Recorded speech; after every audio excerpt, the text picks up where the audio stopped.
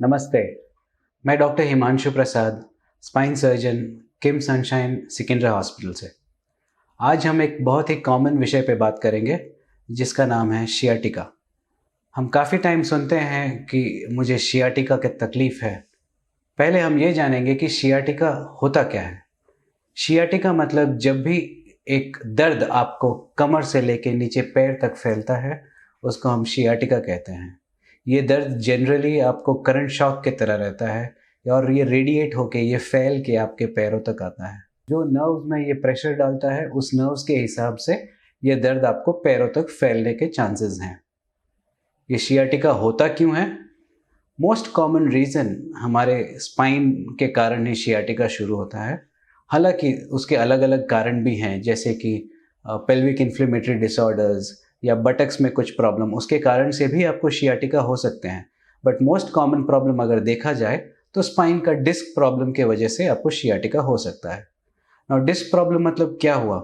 अगर मैं आपको ये मॉडल में समझाऊं, ये मॉडल हमारे कमर के हड्डी का मॉडल है, जिसमें आप ये जो वाइट कलर का स्ट्रक्चर देखेंगे ये बोन्स है या वर्टिब्रेस कहलाते हैं, और बीच में जो ये रेड कलर का स्ट्रक्चर है वो डिस्क है।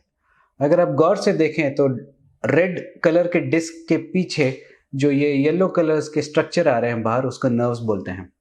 तो जब आपका डिस्क, रेड कलर वाला डिस्क फैल के या फिसल के आपके नर्व्स पे इरिटेट या प्रेशर डालना शुरू कर देता है, तो ये नर्व्स आपको पेन देना शुरू हो जाता है। ये नर्व्स इतने छोटे नहीं होते, ये यहाँ से फैल के आपके पैरों तक आते हैं। तो जब भी ये नर्व्स में इरिटेशन या प्रेशर होगा, आपको ये दर्द पूरे नर्व्स के ट्रैक पे देगा। तो ये आपको जनरली आपको कमर से लेके पैरों तक फैलने का चांसेस है। इसी को शियाटिका कहते हैं।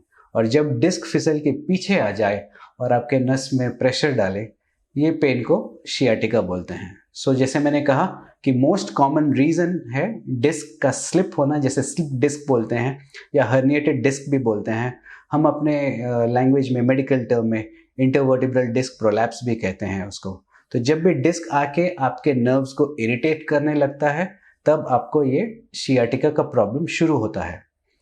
सेकेंड नंबर क्वेश्चन ये है कि जब भी आपको शियाटिका है तो क्या ये मेजर प्रॉब्लम है? क्या मुझे सर्जरी का ज़रूरत पड़ेगा? I would say no. 80% of the time ये शियाटिका या बैक पेन का जो तकलीफ़ है, आप मेडिसिन से या सिंपल फिजियोथेरेपी से या कभी कभी रेस्ट से भी आप इसको ट्रीट कर सकते हैं। 20% ऑफ द टाइम कभी कभी प्रेशर इतना ज़्यादा हो जाता है कि नस का वीक होने का चांस है, उस टाइम पे आपको सर्जरी का ज़रूरत पड़ सकता है। सो प्राइमरीली देखा जाए, पहले जब भी कोई पेशेंट शियाटिका से आता है हमारे क्लिनिक में, तो हम उनको पहले मेडिसिन से और फिजियोथेरेपी से ट्रीट करते हैं। मेडिसिन भी बहुत स्ट्रॉन्ग पेन किलर्स नहीं होते हैं। बेसिकली एक पेन किलर रहेगा, एक नस के टैबलेट्स रहेंगे और कुछ डूज एंड डोंट्स आपको एक्सप्लेन किए जाते हैं। साथ ही साथ आपका पेन टॉलरेंस के हिसाब से फिजियोथेरेपी भी शुरू किया जाता है। जैसे कि मैंने बताया कि 80% चांस है कि आपका पेन मेडिसिन से ही कम हो जाए, तो आपको सर्जरी की ज़रूरत नहीं होगी। ध्यान देने वाली बात यह है कि एक बार आपका पेन कम हो गया तो आप एक्सरसाइज ना छोड़ें, आपकी एक्टिविटी मैनेजमेंट ना छोड़ें, आप रेगुलर करते रहें। और वो कौन से 20% है जिसमें आपको सर्जरी की ज़रूरत पड़ सकती है? वो वैसे वाले केसेस हैं जिसमें नस को वीक होने का रिस्क है, जहाँ पे आपके पैरों में वीकनेस या कमज़ोरी आने का रिस्क है। कभी कभी कुछ पेशेंट्स में यूरिन का कंट्रोल भी खो देने का रिस्क होता है। ऐसे पेशेंट्स में सर्जरी ऑफर करना लाभदायक है। क्यों? क्योंकि अगर नस वीक हो जाता है, उसको रिकवर होने में काफ़ी टाइम लगता है। इसलिए उसको पूरी तरह से वीकनेस होने के पहले ही ऑपरेशन करके जो डिस्क स्लिप हो गया है उसको करेक्ट करके, नस को फ्री करके हम ट्रीटमेंट देते हैं।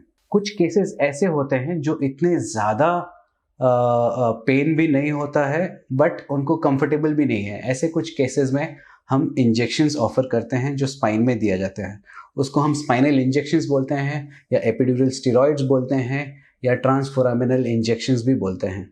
बेसिकली ये इंजेक्शन इज़ नथिंग बट एक टारगेटेड पेन रिलीफ इंजेक्शन है। इसको हम नस के, जो नस अफेक्ट हुई है या जो नस इरिटेट हो रही है, उस नस के पास इंजेक्शन देने से आपको इमीडिएट रिलीफ आ सकता है।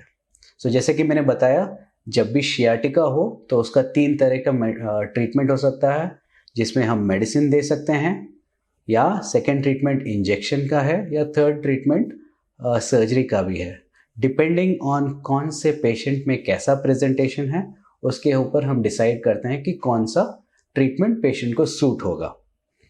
एक बात सर्जरी का भी बता दिया जाए, जनरली ये सर्जरीज इतने रिस्की नहीं होते हैं। पेशेंट सर्जरी से रिस्पॉन्स काफ़ी इमीडिएट होता है, सेम डे वो वॉकिंग कर भी सकते हैं और जनरली नेक्स्ट डे घर को डिस्चार्ज भी हो जाते हैं। तो इसका सर्जरी बहुत रिस्की सर्जरी एक ज़माने में था कि बहुत रिस्की सर्जरी है, आप बेड रिडन हो जाते हैं, पैरालिसिस हो जाता है सर्जरी के बाद। ये सब अफवाहें हैं। करेक्ट सर्जरी, करेक्ट सर्जन और करेक्ट पेशेंट होने से आपके सर्जरी के आउटकम्स भी अच्छे होते हैं। सो इन नटशेल अगर मैं बताऊं तो शियाटिका एक बहुत डिफ़िकल्ट प्रॉब्लम नहीं है, ये लाइफस्टाइल का प्रॉब्लम है। बेसिकली आपका treatment along with medicines, injection या सर्जरी, आपको लाइफस्टाइल मॉडिफिकेशन भी करना है। इससे करने से you can get back to your life very well and I hope all the best for all of you. Thank you.